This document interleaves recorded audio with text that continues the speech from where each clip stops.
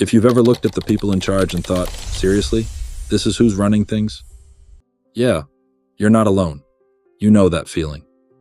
You're scrolling through the news and you can literally feel your blood pressure climbing. Another scandal, another cover-up, another person you thought had integrity turning out to be just like everyone else. Maybe it was a politician you actually believed in. Maybe it was a pastor, a boss, an institution you thought stood for something.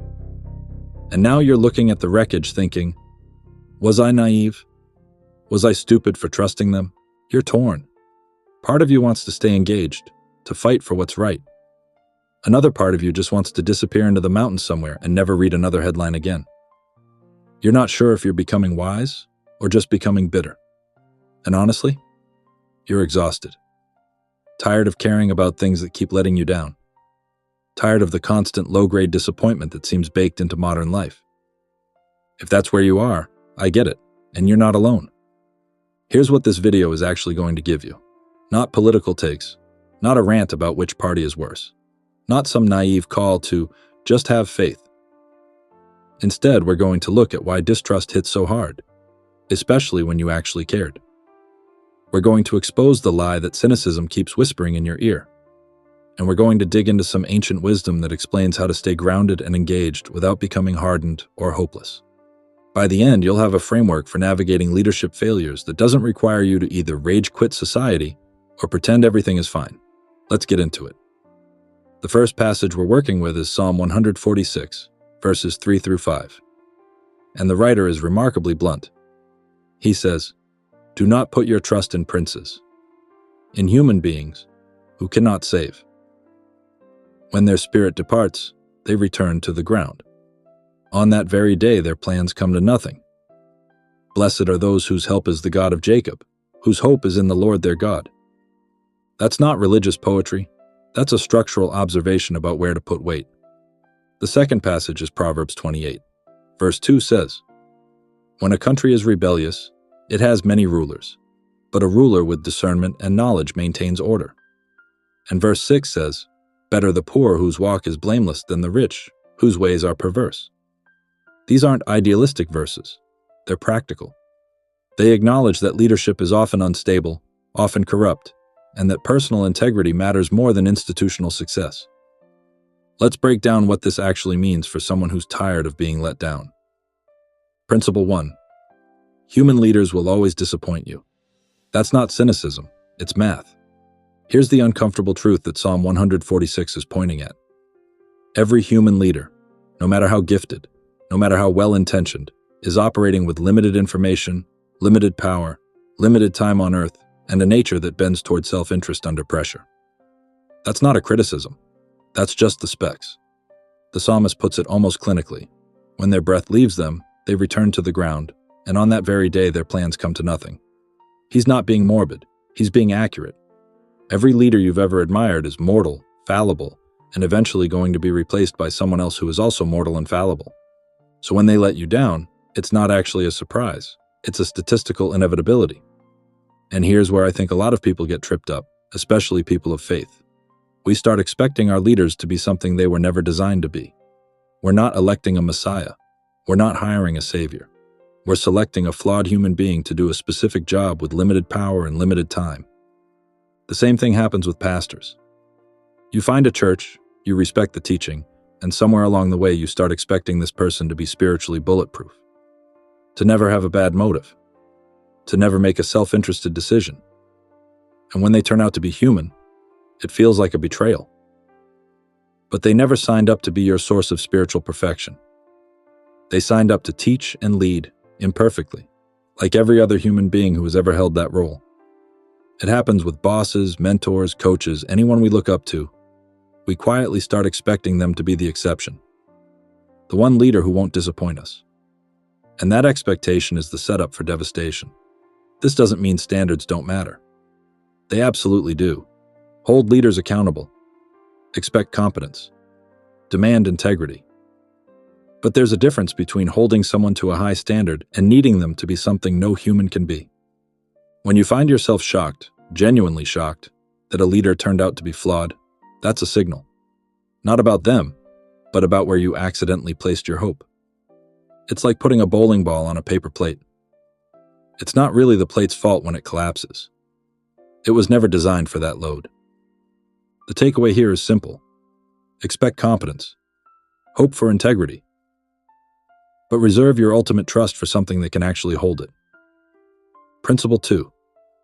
Cynicism feels like protection, but it's actually poison. When you've been burned enough times, cynicism starts to feel smart. It feels like you're finally seeing the world clearly. Everyone's corrupt. Everything's rigged. Nothing matters. At least now you won't be surprised. But here's what Proverbs is getting at. There's a difference between seeing clearly and seeing darkly. Proverbs 28:6 contrasts the poor person who walks with integrity against the rich person whose ways are perverse.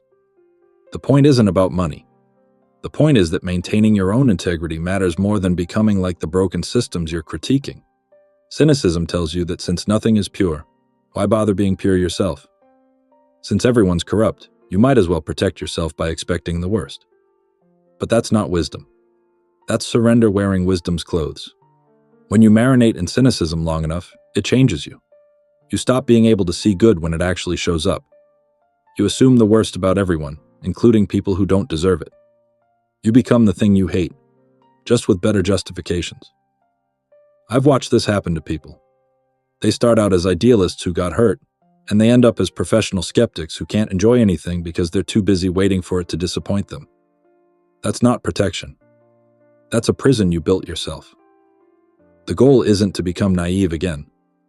You can't unsee what you've seen. The goal is to see clearly without becoming cold, to maintain appropriate skepticism without letting it curdle into contempt, to stay open to good while staying realistic about human nature. That's actually harder than cynicism. Cynicism is easy. Staying warm and clear at the same time takes real strength. So here's the practical application. The next time you feel that cynical reflex kick in, ask yourself, is this protecting me or is this poisoning me? Am I seeing clearly or am I just seeing darkly? Principle 3. Your stability comes from a different source entirely. Psalm 146 doesn't just tell you not to trust in princes. It tells you where to put that trust instead. Blessed is the one whose help is the God of Jacob, whose hope is in the Lord their God. And then it goes on. The Lord remains faithful forever. He upholds the cause of the oppressed. He gives food to the hungry. He sets prisoners free. He lifts up those who are bowed down. The Lord reigns forever. Now I know this might sound like a spiritual escape hatch. Like, oh great, so I just ignore the real world and focus on heaven. But that's not what this is saying. This is actually strategic grounding. When your stability comes from something eternal, you can engage with temporary systems without your peace depending on their outcomes. You can participate fully while holding the results loosely. Think of it this way. If your hope is anchored in which party wins the next election, you're going to be emotionally wrecked every 2 to 4 years. If your hope is anchored in whether your company's leadership gets their act together, you're at the mercy of other people's decisions. But if your hope is anchored in something that transcends all of that, you can engage, advocate, vote, speak up, and work for change without your soul riding on the results. This isn't escapism. This is the only way to stay engaged for the long haul without burning out or becoming bitter. The Lord reigns forever. That's longer than any administration. That's longer than any corporate restructuring. That's longer than any news cycle. When you really let that settle in, it doesn't make you passive. It actually makes you more effective. Because you're not desperate. You're not reactive. You're operating from a place of grounded stability rather than anxious urgency. The practical takeaway is this. Before you engage with the news, before you enter the political conversation, before you deal with leadership that's disappointing you, take a moment to remember where your actual stability comes from. It's not a way to avoid reality. It's a way to face reality without being destroyed by it. I remember the exact moment the illusion cracked for me. There was this leader I had respected for years. Not a celebrity, just someone in an organization I was part of. Someone who seemed genuinely principled. Someone I thought actually cared about the mission and not just their position. And then I watched a meeting where it became clear that everything I believed about them was wrong. Not in some dramatic scandal kind of way. It was smaller than that, which almost made it worse. It was watching them throw someone under the bus to protect themselves. watching them spin a narrative they knew wasn't true, watching them prioritize optics over people. And I remember sitting there thinking, oh, you're just like everyone else. The weird part wasn't anger. It was grief. I felt like something had died. Some naive part of me that still believed certain people were different. For a while after that, I became the skeptic in the room, the guy who always assumed the worst about leadership, the one who would roll his eyes when anyone expressed optimism about an institution. I thought I was being wise. I was just being wounded. It took time to find the middle ground, to accept that leaders are human without using that as an excuse to become bitter, to stay engaged without putting my hope in people who were never meant to carry it. That's the journey a lot of us are on. And if you're somewhere in the middle of it, just know it's possible to come out the other side with your integrity and your warmth intact. So what does this actually look like in daily life? It means staying informed without being consumed. You can read the news, you can know what's happening, but you don't have to mainline outrage for hours a day. Information is useful. Addiction to information is not. It means engaging politically without your peace depending on outcomes. Vote. Have opinions. But recognize that if your emotional stability requires your side to win, you've put weight where it can't be held. It means participating in imperfect systems without losing your integrity. Your workplace, your church, your government. None of them are pure, but you can engage without becoming like the worst parts of them. You can be in the mess without being of the mess. It means critiquing leadership without becoming bitter. You're allowed to call out failures. You should call out failures. But you can do it from a place of clarity rather than contempt. There's a version of accountability that makes things better and a version that just makes you worse. And it means finding stability when everything feels unstable. Not by pretending things are fine, not by checking out completely, but by anchoring your hope in something that doesn't shift with election cycles and earnings reports and scandal revelations. That's the path. Engaged, but not dependent. Clear-eyed, but not cold. Present, but not desperate.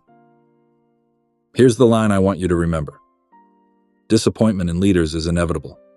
Becoming what disappointed you is not. You get to choose what this season of distrust does to you. It can make you bitter, or it can make you grounded. It can shrink you down into suspicion, or it can clarify where your actual hope belongs. The leaders will keep failing. Your stability doesn't have to fail with them. Disappointment in leaders is inevitable. Becoming what disappointed you is not. And if you've ever found yourself exhausted by the news but unable to stop consuming it, that cycle of knowing it's bad for you but not being able to look away, that's what we're getting into next.